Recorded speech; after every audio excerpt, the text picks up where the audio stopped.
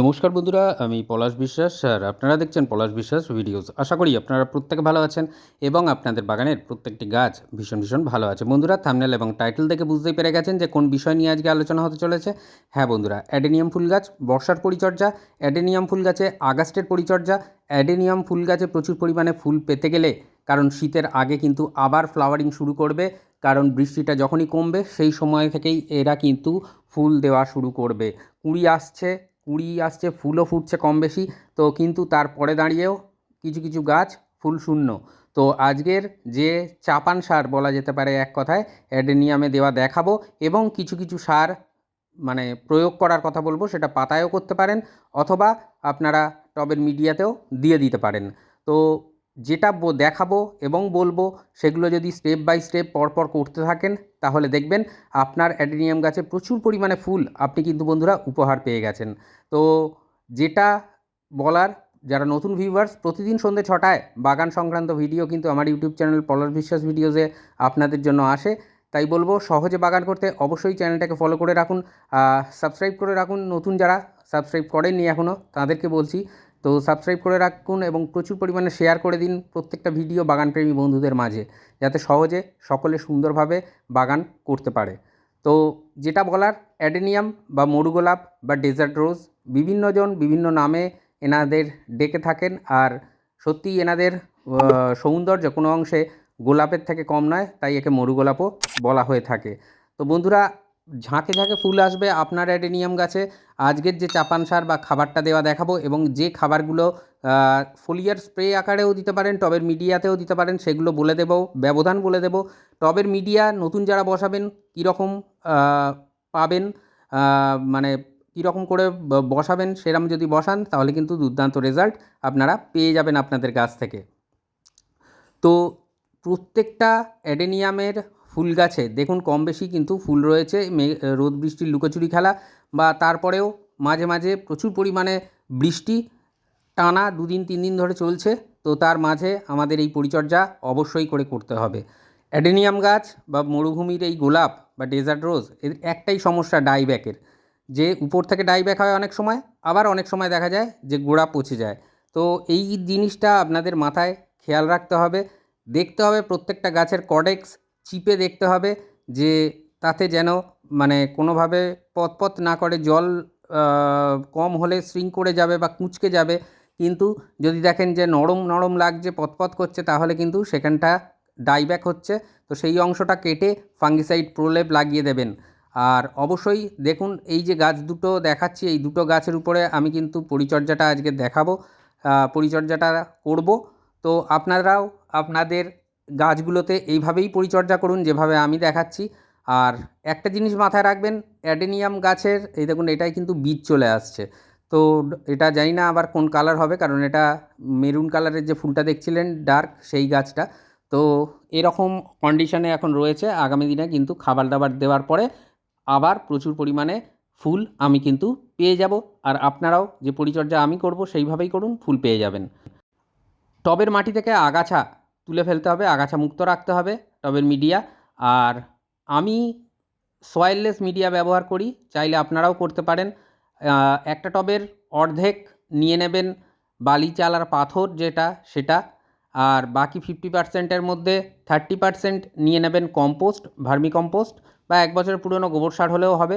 আর যদি তার সাথে মিশিয়ে নিতে হবে কি না, বিল্ডিং কনস্ট্রাকশনে ব্যবহার করা লাল মোটা দানার বালি। এই কটা উপাদান মিশিয়ে আমাদেরকে কিন্তু টবের মিডিয়া প্রস্তুত করতে হবে। তো যেটা বলবো, অনেকে সিন্ডারে করেন, তো সিন্ডারেও করুন, কোনো সমস্যা নেই। সিন্ডারের সাথে সামান্য ভার্মি মিশিয়ে নেবেন বা 1 বছর পুরনো গোবর সার মিশিয়ে নেবেন, রেজাল্ট আরও ভালো পাবেন। আর দেখুন, গাছের যে টবের মিডিয়াতে যে আগাছাগুলো রয়েছে সেগুলোকে কিন্তু তুলে ফেলতে হবে। তুলে না ফেললে এরাই কিন্তু সমস্ত খাবার খেয়ে শেষ করে দেবে, এবং আপনার গাছ সেভাবে কিন্তু খাবার গ্রহণ করতে পারবে না। এই রকম মিডিয়া হলে জল কিন্তু একেবারে হোল্ড হবে না, জল বেরিয়ে যাবে। আর যাদের টবের মধ্যে মাটিতে গাছ আছে তাদের একটু খাবারের ব্যাপারটা বলে দেবো, আলাদা হবে কিছুটা। আর অবশ্যই এই যে চাপান সার বা মিক্সচার, এটা একই হবে যাদের মাটিতে রয়েছে, টবের মধ্যে মাটিতে যারা বসান। আর সিন্ডার বা এই রকম আমার তৈরি আমি যে মিডিয়ায় করি, সেই মিডিয়ায় করলে যে একটু আলাদা হবে। তো সেটা একটু খেয়াল রাখবেন যখন ওই ফোলিয়ার স্প্রে জাতীয় যে সারগুলো দিতে বলবো সেই সময় ডিফারেন্সটা হবে, নাহলে চাপান সার যেটা দিতে বলবো বা দেখাবো একই রকম হবে সয়েল মিডিয়া এবং সিন্ডার মিডিয়ায়। এই গাছ জল কিন্তু খুব বেশি পছন্দ করে না। যদি ওয়েল ড্রেনেজ সয়েল মিডিয়া হয় তাহলে কিন্তু এই বর্ষাকাল এদের জন্য ভালো। কেন না, প্রচুর পরিমাণে বৃষ্টি হয় আর এরা কর্ডেক্সে জল ধারণ করে, পাতায় জল ধারণ করে, কর্ডেক্স কিন্তু দ্রুত মোটা হয় এই বর্ষাকালে, এটা একটা কিন্তু পজিটিভ দিক। তো চলুন দেখি কী কী খাবার দিয়ে দেবো। এখানে দুটো গাছের খাবার আছে, আমি একটা গাছের খাবারের হিসাবটা বলে দিচ্ছি যে একটা 8 ইঞ্চি টব কীরকম খাবার দেবেন। যাদের 6 ইঞ্চি টব আছে আরও হাফ করে নিতে হবে খাবারটা। 8 ইঞ্চি টবের জন্য 1 টেবিল চামচ পরিমাণে নিয়ে নিতে হবে হর্নমিল বা শিংকুচি, হাফ টেবিল চামচ পরিমাণে নিতে হবে নিমখোল, এটা ভীষণ কার্যকরী বর্ষাকালে। আর 1 টেবিল চামচ পরিমাণে নিতে হবে লাল পটাশ বা মিউরেট অফ পটাশ, পরিবর্তে সালফেট অফ পটাশ বা সাদা পটাশও ব্যবহার করতে পারেন, যেটা এনপিকে 0050। তার সাথে নিতে হবে 1 টেবিল চামচ বোন ডাস্ট বা হাড়ের গুঁড়ো। আর এটা যেটা দেখছেন সিঙ্গেল সুপার ফসফেট 1 টেবিল চামচ। আর ডিএপি টবের সাইজ অনুযায়ী ডিএপি দানা, এই যে ছোটো ছোটো কালো কালো যে ডিএপি দানা দেখছেন, এটা টবের সাইজ অনুযায়ী 8 ইঞ্চি টবের জন্য 8টা থেকে 10টা অবধি দেওয়া যেতে পারে। আর এটা যেটা দেখছেন এটা হচ্ছে ফাঙ্গিসাইড। তো এই ফাঙ্গিসাইড কতটা নেবেন, যে আইসক্রিমের জন্য যে চামচ দেওয়া হয় 2টো টবের জন্য সেই চামচের 1 চামচ, তাহলে বুঝতে পারছেন। এরপরে খাবার দাবারের সাথে মিশিয়ে নিতে হবে এই সমস্ত উপাদানগুলো, যাতে প্রত্যেকটা উপাদান ভীষণ ভালোভাবে প্রত্যেকের সাথে মিশে যায় সেই রকমভাবে মেশাতে হবে এবং টবের মিডিয়ায় এই চাপান সার বা খাদ্য প্রদান করতে হবে। এবারে বলবো যে কতদিনের ব্যবধানে এই চাপান সার আমরা দিতে পারি। এই যে চাপান সার বা এই যে খাবারটা দেখলেন এটা 15 দিনের গ্যাপে দেবো। এখন আগস্টের মাঝামাঝি, আমরা এই সময় যদি দিই খাবার, আবার 15 দিন বাদে অর্থাৎ সেপ্টেম্বরের ফার্স্টের দিকে, সেপ্টেম্বরের মাঝামাঝি আমরা কিন্তু আবার খাবার দেবো, মানে প্রথমের দিকে খাবার দেবো, তারপরে সেপ্টেম্বরের মাঝামাঝি খাবার দেবো, অর্থাৎ 3বার দেবো এই একই খাবার। তাহলেই দেখবেন প্রচুর পরিমাণে ফুল আমরা কিন্তু গাছ থেকে পাচ্ছি এবং অজস্র পরিমাণে ফুল আপনারা কিন্তু উপহারস্বরূপ পাবেন যদি এইভাবে চাপান সারটা দেন। এবং এরপর যে ফোলিয়ার স্প্রে বলে দিচ্ছি, প্রথমে মাটিরটা বলে দিচ্ছি, যাদের টবের অ্যাডেনিয়াম মাটিতে রয়েছে তারা দেবেন 10 দিন ছাড়া ছাড়া এনপিকে 0050। বুঝতে পারলেন যে 10 দিন ছাড়া ছাড়া এনপিকে 0050 দেবেন, 10 দিন ছাড়া ব্যালেন্সড এনপিকে অর্থাৎ 19-19-19 বা 20-20-20 পাতায়ও স্প্রে করতে পারেন, অথবা আপনারা টবের মিডিয়াতেও দিয়ে দিতে পারেন। 19-19-19 বা 20-20-20 যেদিন দেবেন তার থেকে 2 দিনের গ্যাপ রেখে এনপিকে 0050টা দেবেন। আর বর্ষাকাল যেহেতু টবের মিডিয়ার মধ্যেই আমি দিয়ে দিতে বলবো। আর যেরকম গোলাপ গাছে দেখিয়েছিলাম ড্রেঞ্চিং পদ্ধতিতে সেইভাবে দেবেন, জাস্ট ওপরে এরকমভাবে ছড়িয়ে দেবেন। একটা 8 ইঞ্চি টবের জন্য যদি এনপিকে 19-19-19 বা এনপিকে 20-20-20 অথবা এনপিকে 0050 ব্যবহার করেন, তাহলে একটা 8 ইঞ্চি টবের জন্য হাফ টেবিল চামচ করে ব্যবহার করবেন। বেশি দেওয়ার দরকার নেই, কম হলে কোনো সমস্যা নেই, বেশি হয়ে গেলেই সমস্যা হয়ে যাবে। তাহলে সেই রকম বুঝে জাস্ট ওপর থেকে ছড়িয়ে দেবেন, বৃষ্টির মধ্যে থাকবে, এমনি খাবার ড্রেঞ্চিং হয়ে বেরিয়ে যাবে, যতটা নেওয়ার সেটা কিন্তু নিয়ে নেবে গাছ। তো এইটা নিতে হবে মিডিয়ায়, মাটির মিডিয়ায়। আর যাদের সিন্ডার মিডিয়া বা আমি যেরকম মিডিয়ায় বসিয়েছি গাছ, সেই রকম হলে সপ্তাহে একবার করে দিতে হবে।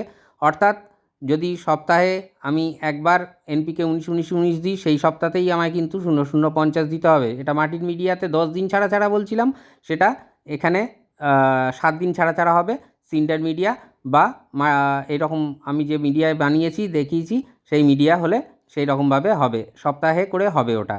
অর্থাৎ মাসে 4বার আমরা এনপিকে ব্যালেন্স এনপিকে দেবো 19-19-19 বা 20-20-20 এবং সপ্তাহে 4বার, ওই সপ্তাহতেই 4বার আমরা এনপিকে 0050ও দেবো।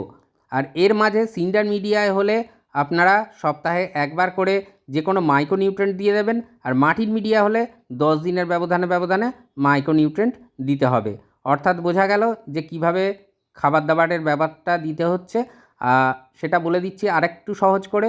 সেটা হচ্ছে, আমি যদি সিন্ডার মিডিয়ায় আজকের অর্থাৎ এই বৃহস্পতিবার এনপিকে 0050 দিলাম, তার থেকে 2 দিন পরে আমি কিন্তু অর্থাৎ শনিবার ব্যালেন্স এনপিকেটা দিয়ে দেব।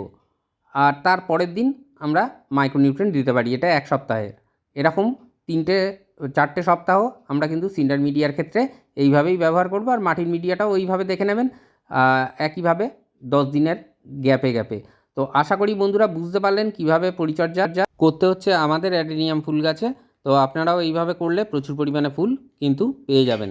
মন থাক চিরসবুজ, পৃথিবী হোক সবুজময়, এই বলে আজকে এখানেই সমাপ্ত করছি। আবার আসছি আগামীকাল ঠিক সন্ধ্যে 6টায় নতুন কোনো গাছের পরিচর্যা বিষয়ক ভিডিও নিয়ে। ততক্ষণ সকলে সুস্থ থাকুন, ভালো থাকুন, প্রচুর পরিমাণে ফুল ফোটানোর জন্য অবশ্যই দেখতে থাকুন পলাশ বিশ্বাস ভিডিওস। হ্যাপি গার্ডেনিং বন্ধুরা, নমস্কার।